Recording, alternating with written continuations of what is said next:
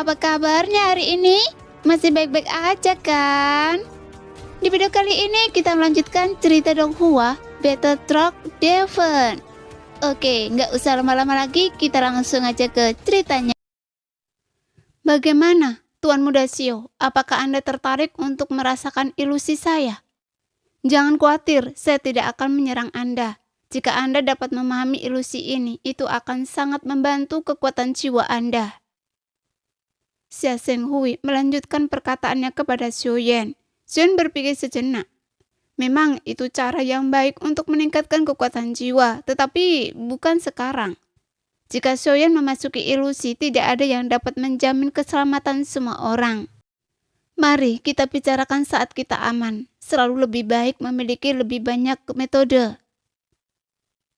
Metode yang dimaksud Xiao Yan tentu saja adalah teknik ilusi di tangan Xia Zhenghui. Dengan kekuatan jiwa alam suci Xiao Yan, mempelajari beberapa teknik ilusi tidak akan sulit.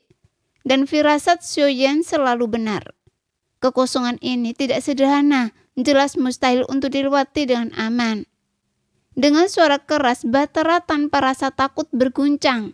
Tetapi untungnya perisai pelindungnya utuh dan tidak rusak. Guncangan hebat kapal itu segera menarik perhatian semua orang. Xiao juga tiba-tiba berdiri, memindai sekelilingnya dengan kekuatan jiwanya. Tepat saat itu, sebuah teriakan panjang terdengar. Xiao menatap tajam ke arah suara itu dan melihat bayangan hitam besar perlahan mendekati mereka dari belakang Bahtera tak kena takut. Ukurannya sedikit lebih besar dari Bahtera tak kena takut itu sendiri. Begitu besar? Apa itu? Semua orang terkejut. Di bawah energi bela diri abu putih, mereka tidak dapat melihat wajah asli bayangan hitam itu. Tetapi bayangan itu sangat cepat dan mendekati Bahtera tak kena takut dalam sekejap. Ketika mereka akhirnya melihat targetnya, pupil mata semua orang menyipit. Bayangan hitam ini bukanlah makhluk hidup, tetapi juga sebuah Bahtera. Lambungnya berwarna hitam pekat dan sosok-sosok terlihat bergerak di permukaannya. Tiba-tiba suara gemerisik baja bergema saat dua kait hitam besar tersangkut di Bahtera tak kena takut, menyebabkan seluruh Bahtera bergetar hebat. Xiao Yan menyipitkan matanya dan segera memberi isyarat kepada semua orang untuk bersiap bertempur. Sepertinya sekelompok sampah dari alam rendah, sambut Tuan Besar Anda. Beberapa sosok berlari di sepanjang rantai dari Bahtera yang lebih besar menuju Bahtera tak kena takut. Dalam sekejap, lebih dari selusin sosok memasuki Bahtera tak kena takut. Xiao Yan tidak bertindak gegabah, tetapi dengan tenang mengamati. Hei, siapa pemimpin di sini? Sebuah teriakan terdengar saat seorang pria yang mengenakan baju besi melangkah maju, memegang kapak besar dan mengarahkannya ke Xiao Yan dan yang lainnya. Namun Xiao Yan tetap tenang, melangkah maju dan menatap dingin pria berbaju besi itu. Sepertinya Anda di sini untuk merampok kami, kata Xiao Yan perlahan, matanya menyipit. Anda cukup pintar, Anda benar-benar tahu niat saya, karena itu serahkan semua harta Anda. Bahtera ini juga tidak buruk, asalkan Anda menyerahkannya, saya akan mengampuni nyawa kalian. Pria berbaju besi itu berjalan dengan angkuh, mengancungkan kapak besarnya. Oh, begitu banyak wanita. Saudara-saudara, sudah lama kita tidak makan makanan enak. Kali ini pilihannya cukup mengesankan. Tatapan pria berbaju zirah itu menyapu para wanita yang berdiri di belakang Xiao Yan, termasuk Yi Ying dan King Mu'er, dan matanya langsung berubah menjadi penuh kebencian. Apakah Anda mencari kematian? Mata Xiao Yan sedikit menyipit, dan dia memaksakan kata-kata itu keluar dari giginya yang terkatup rapat. Dengan gerakan cepat dia berubah menjadi beberapa bayangan dan tanpa ragu meraih kepala pria berbaju zirah itu. Hei, saya juga sudah lama ingin bertarung. Anda beruntung telah dipilih oleh geng iblis hiu saya. Saya harap Anda tidak mati terlalu cepat. Biarkan saya bersenang-senang. Pria berbaju zirah itu mengayunkan kapak besarnya, menjilat bibirnya yang kering, dan menatap Xiao Yan yang mendekat tanpa berpikir panjang. Dia segera bersiap untuk bertempur, tetapi serangan telapak tangan Xiao Yan sudah mengarah ke wajah pria berbaju zirah itu. Pria berbaju zirah itu mencibir. Dosian bintang 1? Lumayan, pantas menjadi lawan saya. Xiaoyan juga tidak lengah dan dia menyerang dengan telapak tangannya. Pria berbaju zirah itu juga mengayunkan kapaknya ke arah Xiaoyan dan telapak tangan mereka bertabrakan langsung. Energi asal abadi melonjak dari keduanya. Namun telapak tangan Xiaoyan jelas lebih unggul. Secara bertahap menekan kapak pria berbaju besi itu. Dengan suara keras tubuh pria berbaju besi itu terlempar ke belakang, terhuyung-huyung kembali ke geladak. Anak buahnya menstabilkannya. Hei, anak ini punya beberapa keahlian. Dia meremehkan lawannya. Pria berbaju besi itu telah menderita kekalahan di tangan Xiaoyan dan saudara-saudaranya telah menyaksikannya. Jadi dia tentu saja kehilangan muka. Wajahnya memerah karena marah, tetapi dia dengan cepat mendapatkan kembali keseimbangannya. Matanya sekarang menunjukkan keseriusan. Orang ini juga seorang dosian bintang 1. Ekspresi pria berbaju besi itu sedikit berubah. Sepertinya dia telah mengganggu sarang lebah. Pertukaran ini sebagian besar adalah ujian, tetapi bahkan ujian sederhana pun cukup bagi pria berbaju besi itu untuk merasakan aura kuat Xiaoyan.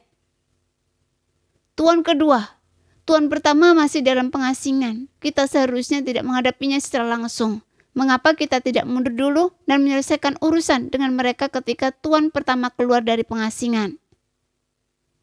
Seorang pria di belakang pria berbaju zirah besi berbisik. Omong kosong apa yang Anda ucapkan? Kita pernah melewatkan kesempatan sebelumnya dan tidak mendapatkan apa-apa. Kali ini saya akan menghabisi anak ini. Pria berbaju zirah itu mengayunkan kapak besarnya, melepaskan gelombang energi abadi yang kuat. Mata Xiaoyan berkedip. Dia tidak khawatir kalah dari pria berbaju zirah itu, tetapi lebih khawatir akan menghancurkan semua yang telah dibangun dengan susah payah di Bahtera. Karena itu, Xiaoyan memutuskan untuk menyelesaikan pertarungan dengan cepat untuk menghindari komplikasi. Xiaoyan berbalik dan mengedipkan mata kepada Xia Zhenghui. Xia Zhenghui segera mengerti dan dikombinasikan dengan teknik surgawi tingkat 8 tingkat atas yang telah diberevolusi. Semakin meningkatkan teknik penguasa tanpa bayangan milik Xiaoyan. Dalam sekejap, tanpa ragu-ragu, Xiaoyan mengayunkan kapak besarnya ke arah pria berbaju zirah itu. Bayangan itu tampak seperti satu titik, tetapi sebenarnya adalah 1000 serangan yang saling tumpang tindih. Kapak besar pria berbaju zirah itu juga memancarkan cahaya dingin, dipenuhi energi hitam. Dia tiba-tiba melompat ke udara dan menyerang ke depan. Kapaknya mengenai serangan Xiaoyan. Saya adalah dosian bintang 1 tingkat menengah, sementara aura Anda hanya dosian bintang 1 tingkat awal. Cukup banyak dosian bintang 1 yang telah mati di tangan saya. Ejek pria berbaju besi itu kepada Xiaoyan. Tepat setelah dia selesai berbicara, penggaris Xiaoyan menghantam dengan raungan yang mengakakkan telinga. Pria berbaju besi itu mencoba mengangkat tangannya, tetapi pupil matanya tiba-tiba menyipit. Tatapannya menjadi kosong, seolah-olah jiwanya telah dicuri. Penggaris Xiaoyan menghantam wajah pria berbaju besi itu. Di mata semua orang, pria berbaju besi itu berdiri di sana tercengang. Diserang oleh Xiaoyan tanpa melakukan gerakan pertahanan sedikit pun, seolah-olah dirasuki. Pria berbaju besi itu terlempar ke belakang. Anak buahnya bahkan belum pulih dari keterkejutan mereka. Pria berbaju besi itu telah dikalahkan terlalu cepat, dilumpuhkan oleh Xiaoyan dalam satu gerakan. Anak buahnya bergegas memeriksanya. Darah menodai kepalanya. Penguasa itu telah memukulnya tepat di kepala, menyebabkan darah mengalir dari ketujuh lubang tubuhnya.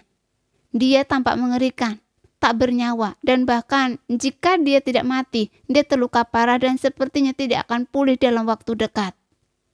Xiaoyan sedikit menoleh, menatap Xia Zhenghui dan tersenyum. Terima kasih. Tentu saja. Pada saat itu bukan berarti pria berbaju zirah itu tidak terlindungi, melainkan dia telah jatuh ke dalam ilusi Xia Zhenghui. Untungnya pria berbaju zirah ini jelas hanya fokus pada kultivasi ki pertempurannya dan mengabaikan kekuatan jiwanya, sehingga dia dengan mudah dikalahkan oleh kekuatan jiwa Xia Zhenghui. Kelompok anak buah di belakang pria berbaju zirah itu segera kehilangan kesombongan mereka sebelumnya. dengan cepat membantunya berdiri dan berbalik untuk melarikan diri. "Hei, kalian sudah mau pergi? Saya tidak bilang kalian boleh pergi." Suen menjentikan lengan bajunya dan penguasa api surga berubah menjadi naga api, menyatu dengan tubuhnya. Api menyelimutinya, membuatnya seperti dewa api. Kelompok yang tadi begitu sombong sekarang menyerupai anjing liar, menyeret pria berbaju besi yang terluka parah itu saat mereka mencoba melarikan diri. Jadi perintah Suen membuat semua orang gemetar. Diam-diam berpikir, "Sial, kita benar-benar telah mengganggu sarang lebah hari ini. Mustahil untuk lolos tanpa terluka. Mengapa kita begitu sial akhir-akhir ini? Kita sudah bertemu dengan orang-orang tangguh 2 kali.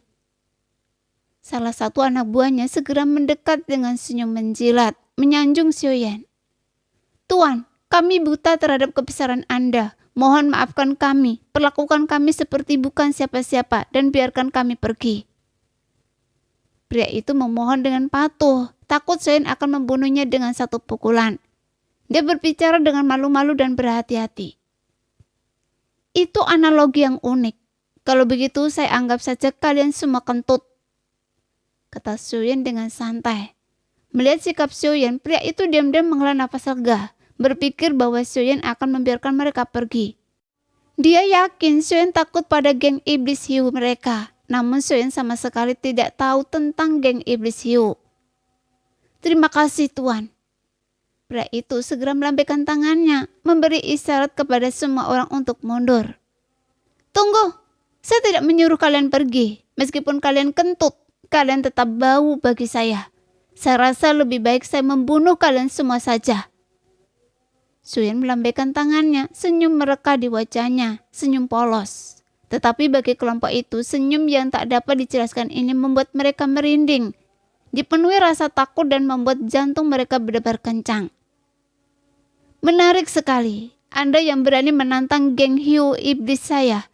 Do Xian, bintang 1 di tahap awal saja berani bersikap sombong. Kalian benar-benar sampah.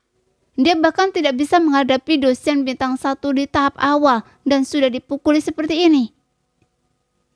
Saat Suen sedang memikirkan cara menghadapi para bawahannya, sebuah suara laki-laki yang dalam tiba-tiba terdengar dari atas. Seorang pria perlahan muncul dari rantai besi. Dia juga mengenakan baju besi, tetapi mata dan alisnya tidak sesombong pria sebelumnya. Sebaliknya, mereka menunjukkan lebih banyak ketenangan dan kekaguman. "Kepala Hesan, itu dia. Anak itu bilang dia akan membunuh kita semua. Wakil komandan juga dikalahkan olehnya dan nasibnya masih belum diketahui. Anda harus membalas dendam untuk wakil komandan."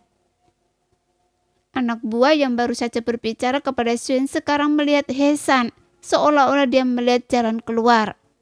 Ekspresi menjilatnya sebelumnya benar-benar hilang, digantikan oleh permusuhan. Seolah-olah Sioyan adalah musuh bebuyutannya. Dia benar-benar mencontohkan pepatah, berbalik melawan seseorang lebih cepat daripada membalik buku. "Do Xian bintang 2.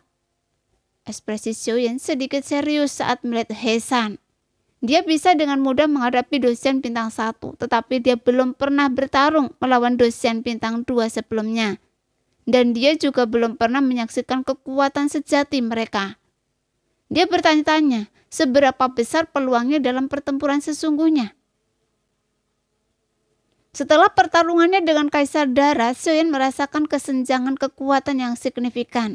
Dia telah berada di tahap awal Do Xian bintang 1 untuk beberapa waktu, dan meskipun dia terus berkultivasi untuk meningkatkan kemampuannya, hasilnya minimal. Sioyan telah menunggu pertarungan dengan kekuatan yang setara, pertarungan yang dapat mendorongnya hingga batas kemampuannya. Hanya dengan cara ini dia dapat melepaskan potensinya dan benar-benar mengasah keterampilannya.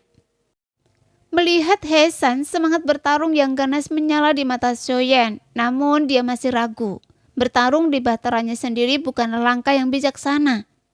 Tatapan mata Hesan tetap tenang, tetapi saat melihat anak buahnya hampir mati setelah dipukuli oleh Sioyan, alisnya sedikit berkerut dan niat membunuh terpancar di matanya saat dia menatap Sioyan.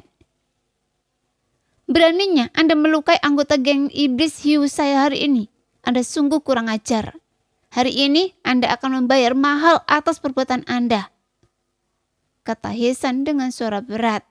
Karena pertempuran tak terhindarkan, dia tidak punya pilihan selain menerimanya. Tepat saat itu, sebuah batara lain muncul di salah satu ujung batara tak kena takut, hampir sama besarnya dengan yang asli. Di batara itu tertulis huruf besar dan mencolok, "Seni bela diri." Xiuyan dan Hesan menoleh bersamaan, alis mereka mengerut. Xiuyan berpikir bahwa geng iblis Hiu memiliki pembantu lain. Menghadapi Hesan, seorang dosen bintang 2, bahkan sebelum pertempuran dimulai, mengalahkan Hesan bukanlah tugas yang mudah. Jika pembantu lain datang, mereka akan menderita kerugian besar hari ini, pikir Xiuyan dalam hati. Ketua Hesan, kami pernah bertemu kapal ini sebelumnya. Ada sosok kuat di dalamnya dan kami dikalahkan di kapal ini. Itulah mengapa wakil ketua sangat marah. Dia mungkin di sini untuk membalas dendam.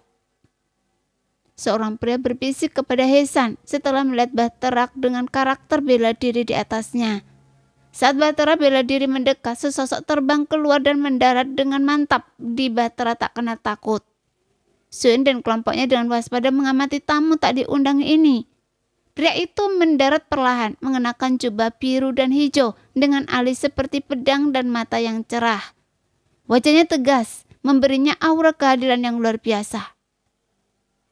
Saudaraku, saya rasa Anda juga telah diperas oleh geng iblis hiu, kata pria itu, membungkuk kepada Xiuyan. Suaranya lembut dan halus. Xiuyan memandang pria itu dan tidak merasakan permusuhan darinya. Pakaiannya sepertinya bukan milik geng iblis hiu, jadi dia mengangguk sedikit. Sayangnya, kami juga pernah diperas oleh geng iblis hiu ini sebelumnya. Mereka cukup merepotkan. Sepertinya kita memiliki musuh yang sama sekarang. Bagaimana kalau kita bergabung dan memusnahkan mereka? Pria itu berkata perlahan, nadanya terdengar seperti sedang menceritakan hal sepele, tetapi kata-katanya terdengar sangat mendominasi. Xiuyan terkejut, tidak menyangka pria ini begitu arogan. Langsung menyatakan akan membunuh Hesan di depannya, yang membuat Hesan tertawa terbahak-bahak. Xiuyan mengamati pria itu dengan seksama. Dia tidak merasakan doki darinya, tetapi dia bisa merasakan fluktuasi yang cukup besar terpancar darinya. Meskipun itu bukan doki. Jadi begitu, saya sangat senang bekerja sama dengan Anda, saudaraku. Saya juga merasa gerombolan ini cukup menjijikkan. Ada baiknya kita membasmi mereka. Xiuyan tertawa. Setelah berbicara, keduanya menatap Hesan hampir bersamaan dan niat membunuh langsung memenuhi udara. Tiba-tiba mereka merasa bahwa Xiuyan dan pria ini agak munafik. Keduanya cukup mirip. Mereka tampak tidak berbahaya, tetapi ketika mereka membunuh, mereka kejam. Kalian berdua pikir bisa melawan saya? Yang satu dosen bintang 1 dan yang lainnya sampah dari entah mana. Kalian bahkan tidak punya sedikit pun doki. Di 3000 alam, jarang sekali melihat seseorang yang tidak mengolah doki dan masih mencapai level ini. Alam kalian seharusnya bangga pada kalian. Tapi meskipun kalian jenius, lalu kenapa? Hari ini saya akan mengakhiri hidup kalian di sini. Hesan mencibir. Matanya tidak menunjukkan rasa takut saat menatap Xiuyan dan pria lainnya. Tuan, haruskah kita mengaktifkan mode perlindungan? Suara Hong Er terdengar dan Xiuyan terkejut. Mode perlindungan apa? Tanya Xiuyan dalam hati. Mode ini dapat meningkatkan pertahanan luar bahtera, memastikan bahtera tidak akan rusak dalam pertempuran, tetapi membutuhkan 100.000 pilki sumber abadi sebagai energi untuk mengaktifkannya. Jelas Hong Er. Xiuyan khawatir bahtera itu akan hancur di tengah pertempuran. Tetapi dia tidak menyangka bahtera itu memiliki fungsi seperti itu. Namun, 100.000 pilki sumber abadi lagi membuat Xiuyan merasa sedih. Tetapi dia tidak ragu dan melemparkan 100.000 pilki sumber abadi. Sekarang dia hanya memiliki lebih dari 800 pilki sumber abadi yang tersisa. Dan ini baru permulaan. Pilki sumber abadi mengalir ke dalam bahtera tanpa rasa takut dan permukaan bahtera tampak dilapisi lapisan energi. Berkiluan dengan cahaya kemasan, memberikan kesan kekuatan. Dosen bintang 2 ya? Kalau begitu, mari kita lihat seberapa kuat Anda sebenarnya. Suen menyipitkan matanya, menatap He-san, dan dengan jentikan pergelangan tangannya, penguasa kuno api surgawi langsung muncul. Dia bertukar pandang dengan pria berbaju biru di sampingnya, dan keduanya menyerang He-san bersama-sama. Soyen melepaskan teknik bertarung terkuatnya, 1000 penguasa tanpa bayangan, yang telah ditingkatkan ke peringkat domain, menghantam He-san. Pria berbaju hijau itu juga memunculkan tombak 7 warna. Cahaya yang menyilaukan melonjak liar, berubah menjadi naga 7 warna yang besar. Naga itu membuka mulutnya dan meraung ke arah He-san. He-san memegang 2 kapak, cahaya hitamnya berkedip. Dengan satu ayunan, kapak-kapak itu berubah menjadi harimau raksasa, berbenturan dengan 1000 penguasa tanpa bayangan milik Soyen dan naga 7 warna milik pria berjubah hijau itu, yang menyebabkan ledakan bergema terus-menerus. Pada saat itu, pria berjubah hijau bergerak dan kecepatan luar biasa, tiba di samping He-san dalam sekejap mata. Tombak 7 warnanya seketika menjadi sangat tajam, menusuk ke arah bagian vital He-san. Mata He-san menyipit, serangan ganas itu membuatnya agak lengah. Dia segera menarik tangannya untuk menangkis serangan pria berjubah hijau itu. Tanpa dukungan He-san, harimau raksasa itu kehilangan kekuatannya dan roboh. Pedang Soyen melesat melintasi langit, menghujani He-san. Kekuatan harimau leluhur! He-san meraung, tubuhnya membesar dan auranya melonjak. Dia mengayunkan kapak gandanya ke arah Soyen dan pria berjubah hijau, langsung menangkis serangan mereka. Ini cukup merepotkan dan pertahanan mereka sangat kuat. Alis Soyen mengerut dan api menyembur dari tubuhnya, mengubah sekitarnya menjadi lautan api. Di dalam lautan api yang menyala-nyala ini, kekuatan Soyen semakin meningkat. Api juga menyebar di seluruh penguasa api surgawi, dan ketika dia melepaskan teknik 1000 penguasa tanpa bayangan lagi, itu disertai dengan kobaran api yang tak terhitung jumlahnya. Mudah sekali. He-san tetap tidak yakin, mengayunkan kapak gandanya dalam rentetan serangan yang kacau.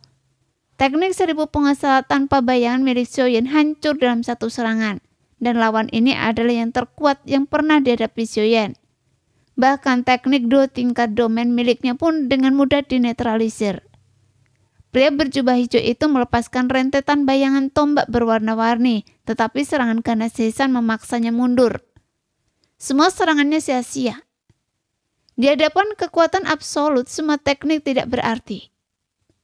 Saudaraku, kita harus menggabungkan kekuatan penuh kita untuk memiliki kesempatan mengalahkannya. Jadi mari kita selesaikan ini dengan cepat. Memperpanjangnya hanya akan menguntungkan kita. Pria berjubah hijau itu melirik Soyen, seolah merasakan bahwa Soyen belum menggunakan kekuatan sebenarnya. Kata-katanya menunjukkan bahwa dia menahan diri. Kartu truf Soyen adalah kekuatan kekosongan batas, tetapi sekarang dia jauh dari benua Dodi.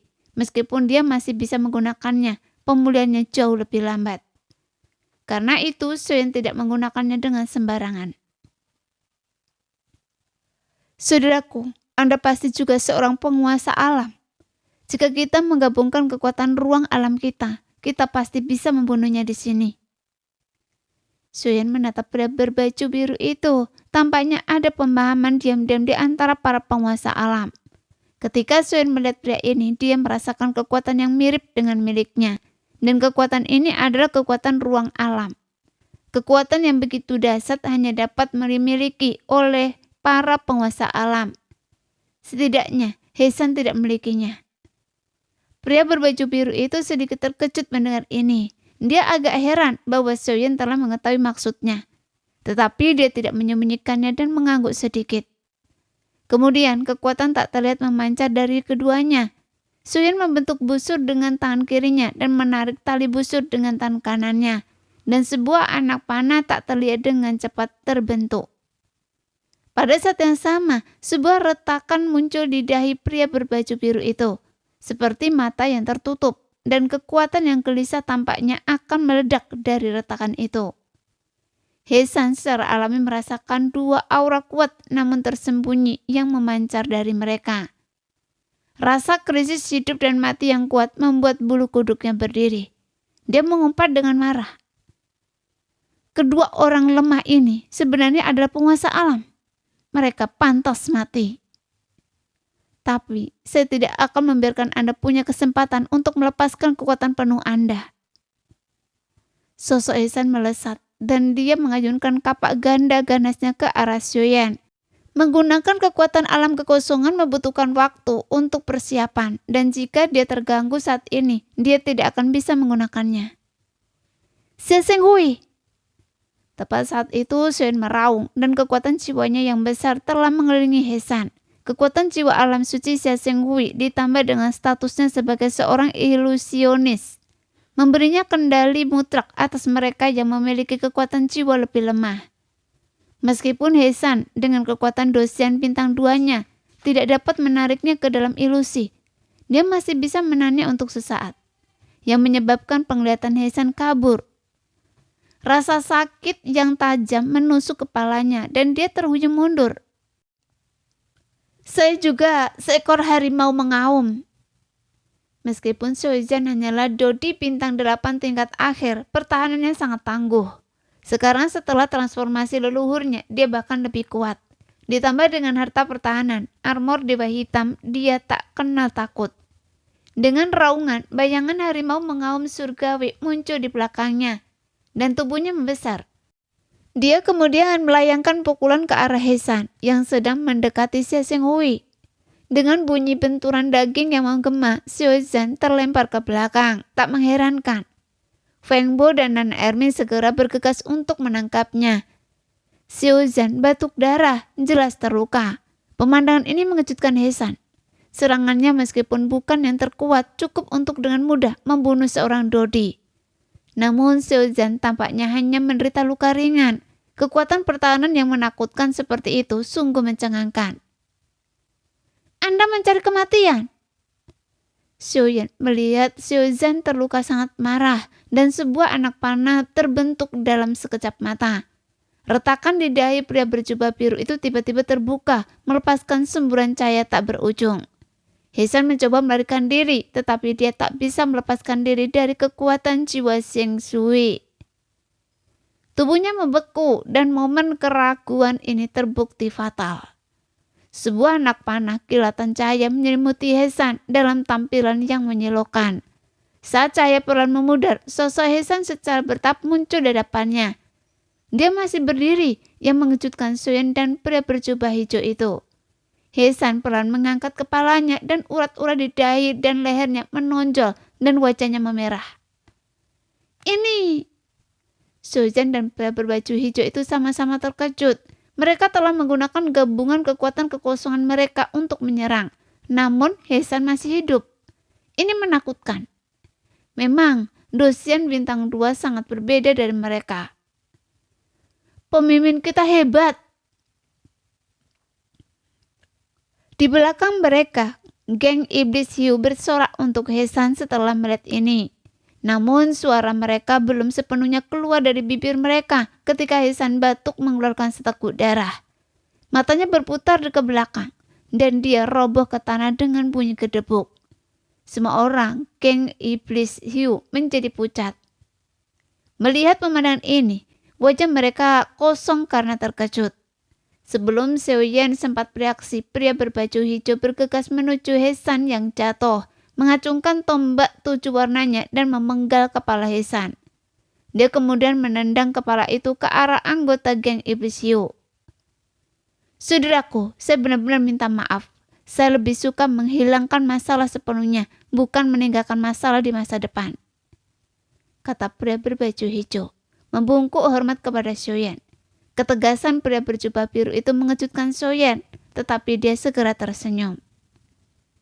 Bahkan jika Anda tidak melakukannya, saya tetap akan membunuhnya. Bagaimana luka Xiaoyan? Apakah masih serius? Sedangkan untuk orang-orang lain, saya serahkan pada Anda. Xiaoyan bertepuk tangan. Xiaozhen setelah menerima pukulan dari He San tentu saja menyimpan banyak amarah di dalam dirinya. Dia memuntahkan seteguk darah. Setelah mendengar kata-kata Xiaoyan, dia mengalihkan pandangannya ke geng iblis Hiu. Jelas, selain wakil ketua dan He-san yang memiliki kekuatan, sisanya hanyalah sampah. Xiaoyan dan kelompoknya lebih dari mampu membunuh mereka. Di Bahtera tanpa rasa takut, badai berdarah pun terjadi. Semua orang melemparkan semua mayat ke laut hampa. Tidak satu pun sisa geng iblis Hiu di Bahtera yang selamat. Mereka semua terbunuh. Setidaknya untuk saat ini, Xiaoyan tidak ingin ada masalah baru yang datang.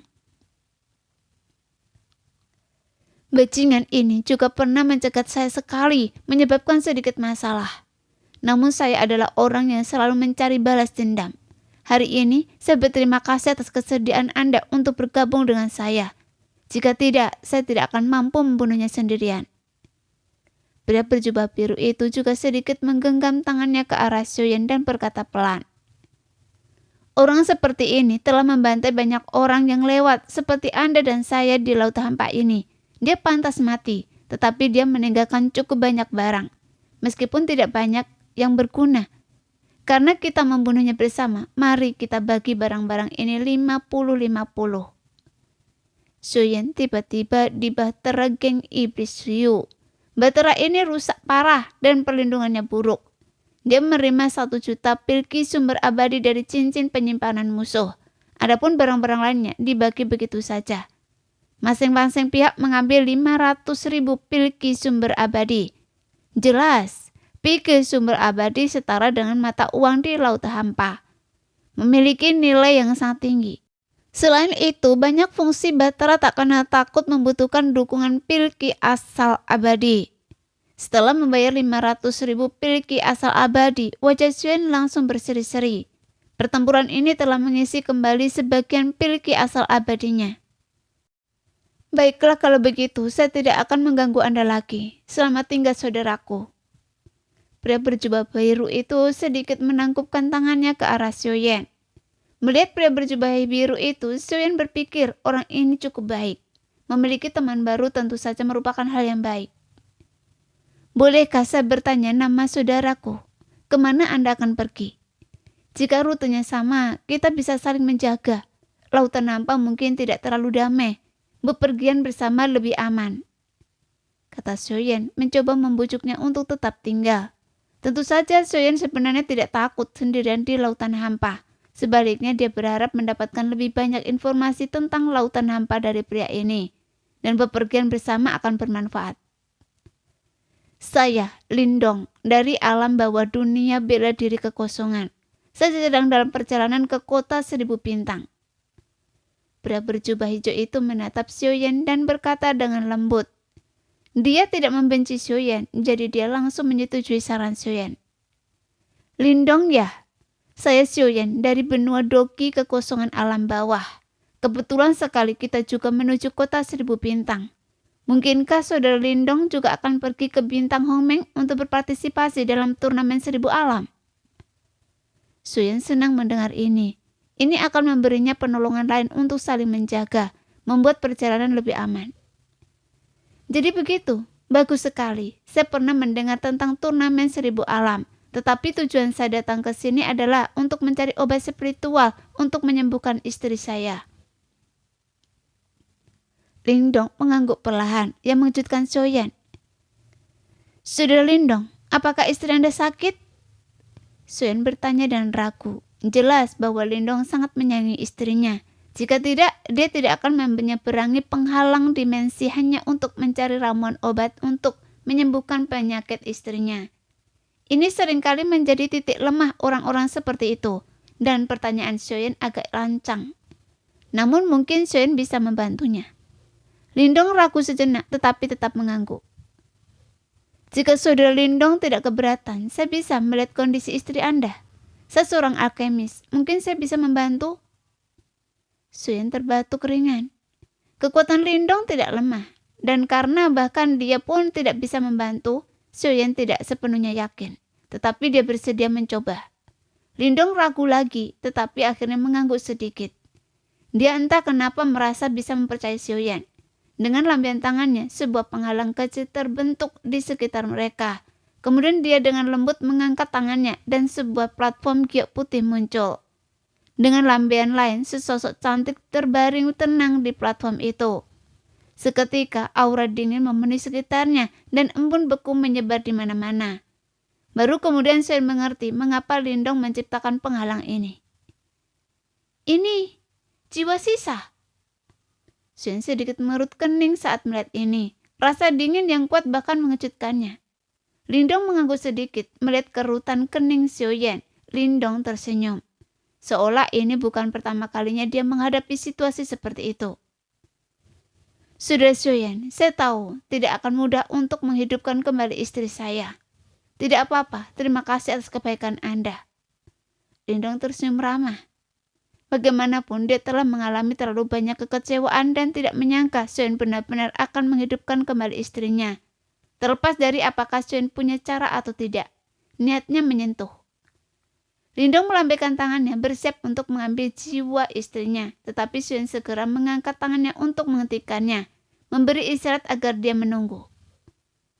Sudah Lindong, apakah jiwa hidupnya hilang?